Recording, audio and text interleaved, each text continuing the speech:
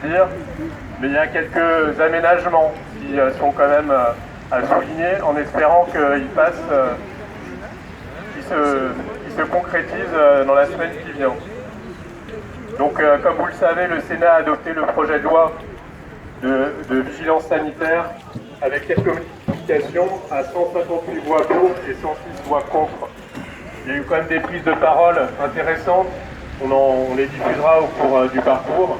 Il y a eu une mobilisation d'un certain nombre de sénateurs qui malheureusement n'ont pas réussi à être majoritaires, mais on sent qu'il y a quand même une évolution au sein d'un certain nombre d'élus politiques et une prise de conscience de la dérive totalitaire qui se met en place.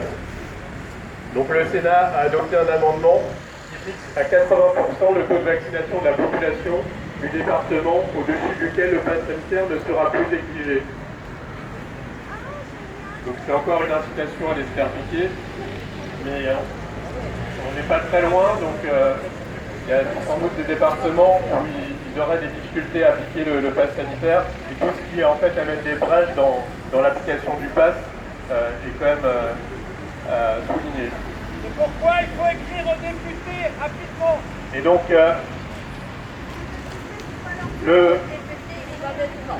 bon, pour donner une précision par rapport à ce qui vient d'être dit, la suite, comme en fait on est dans une procédure d'urgence grâce au gouvernement, le texte ne retourne pas devant les députés. Donc il y a une commission paritaire qui réunit seulement 7 sénateurs et 7 députés, dont les présidents des assemblées, dont les présidents des commissions des lois qui ont étudié, qui ont préparé le vote du projet de loi. Donc en fait, il n'y a que 5 députés, 5 sénateurs autres qui sont intégrés à la commission. On n'a pas les noms, si on arrive à les avoir, on transmettra la liste de manière à pouvoir effectivement leur écrire en particulier. Le Sénat a également adopté un amendement permettant aux mineurs de pratiquer des activités sportives au sein d'une association ou d'un club sans présenter de passe sanitaire. Le Sénat a adopté aussi un amendement incluant de nouveau les autotests. Donc sous supervision d'un professionnel de santé, parce que bon, cette disposition-là avait été supprimée par le décret. Je voudrais que je vous donne le lien, parce que vous pouvez retrouver toutes les vidéos si vous voulez sur Internet. A été suspendu par le Conseil d'État. D'accord. Première décision intéressante du Conseil d'État. Dans ce cas-là, vous faites sur YouTube par une association qui s'appelle la Voix du Peuple, Pascal.Blanc-L'Oeil. une association qui intègre des politiques. Et donc ils ont obtenu gain de cause. Enfin, c'est pas Point Blanc-L'Oeil sur YouTube, c'est Pascal Blanc-L'Oeil la scène. BLAN-LEUIL, le œil d'écureuil. Puis vous verrez toutes les manifestations, donc il y a celles qui sont à Guingamp, à Saint-Brieuc, à l'Avenir.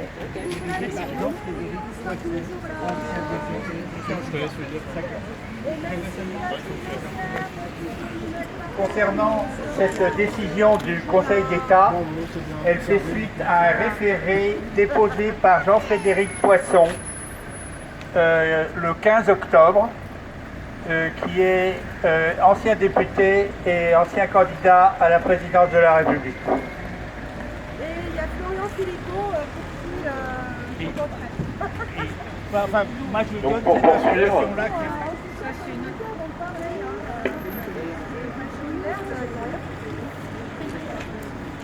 Donc également le Sénat demande un rapport sur les conséquences des fermetures des lits d'hôpitaux dues au manque de moyens et Salut Jean. personnel matériel. Salut. Donc voilà pour le Sénat. Il le regarde, ouais, ça le fait. Il y a eu également des décisions de justice qui ont été rendues et pour la première fois le tribunal administratif de Rennes a rendu des décisions concernant les personnels soignants suspendus. Ça concerne des soignants du groupe hospitalier du groupe Bretagne Sud. Donc il y a 6 soignants qui ont bénéficié d'un jugement qui est favorable. Salut. Salut Eric, ça va? Suspendu alors qu'ils étaient en arrêt maladie. Donc on est toujours sur le cas de figure qui sort. Première histoire, mais qui reste Salut à toi. Ça va? Bonjour. Ça se passe bien? Ouais, ça va. Ça va, ça va. On a failli rester plus longtemps parce que mon père il est tombé. Oui, exprès, c'est pour emmerder les gilets jaunes. Ouais, non, mais c'est bien. Cela dans un délai de 5 jours. Il y a également la réintégration de 3 agents hospitaliers qui avaient bénéficié d'un même type de jugement par le tribunal administratif. Bon, on est combien? 3 agents. 143 243 Suivant BFM. Bon, LCI, c'est 280. Les renseignements territoriaux, 560. Bon, nous, honnêtement, on a compté 347. Combien? 347. Le CHU, Ça va, ça va. le centre hospitalier de Roanne déclare prendre acte des ordonnances prises par le juge des référés du tribunal administratif de Lyon. Mais les données d'établissement précises se sont pourvues en cassation. Donc ça veut dire que de toute façon, pour l'instant, c'est des jugements en urgence, en référé. Donc c'est des décisions qui sont en attente du jugement sur le fond, qui va intervenir dans plusieurs mois. Ouais. Et par rapport à la décision de la cassation, là par contre, ce sera assez rapide, puisqu'on est dans le cadre du référé. Donc les trois soignants vont donc pouvoir retourner au travail, même si les conditions sont encore à préciser. C'est une victoire selon leur avocat Thomas Benagues, et cela crée surtout un précédent pour ceux qui ne travaillent pas au contact des malades ou du public et qui auraient la possibilité d'être reclassés. Donc c'est quand même des cas assez particuliers.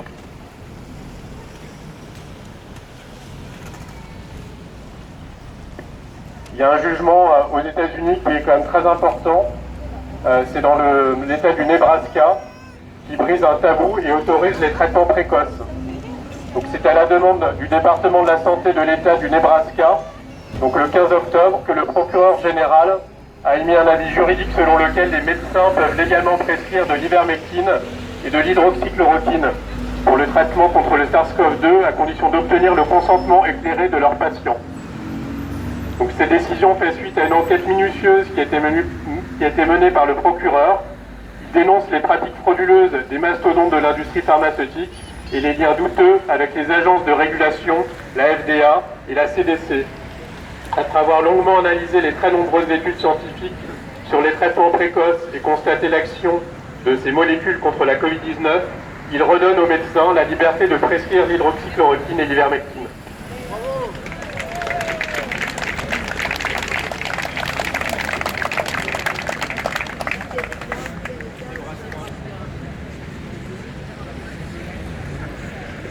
Donc il y a également une initiative citoyenne qui est à souligner. Donc je vous lis les quelques mots qui ont été adressés aux collectifs soignants. Bonjour, je suis scandalisé par l'indifférence de la population au sort de tous ceux qui, comme vous, ont risqué leur vie. Certains l'ont perdu l'année dernière pour sauver les nôtres. J'ai initié un projet, les essentiels, pour éveiller les consciences de ceux qui, dans le meilleur des cas, ferment les yeux, vous venir en aide, laisser une trace de ce combat que vous êtes contraints de mener et qui est la honte pour la France. Le projet démarre à plein, le projet démarre à peine, il est perfectible, il va évoluer. Soyez indulgents à la présentation du site.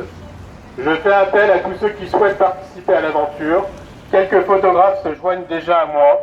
J'ai pu lancer un appel cette semaine sur Sud Radio lors de l'interview du docteur Fouché qui a marqué son intérêt envers mon projet.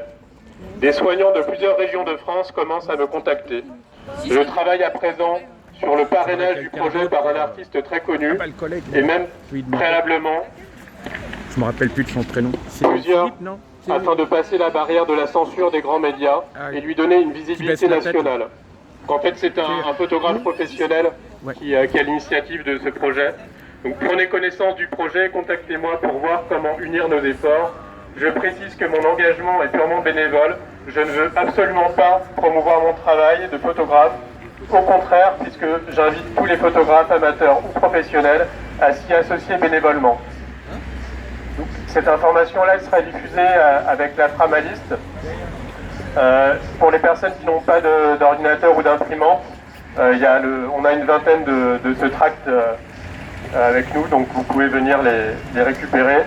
Pour ceux qui ne sont pas encore inscrits sur la Framalis pour obtenir les informations du collectif citoyen, il y a Roger qui a la caisse de soutien pour le collectif citoyen et aussi des petits papiers avec l'adresse de la Framalis. Et puis vous avez Nicolas qui est en vert, qui a la caisse de soutien pour tous les suspendus.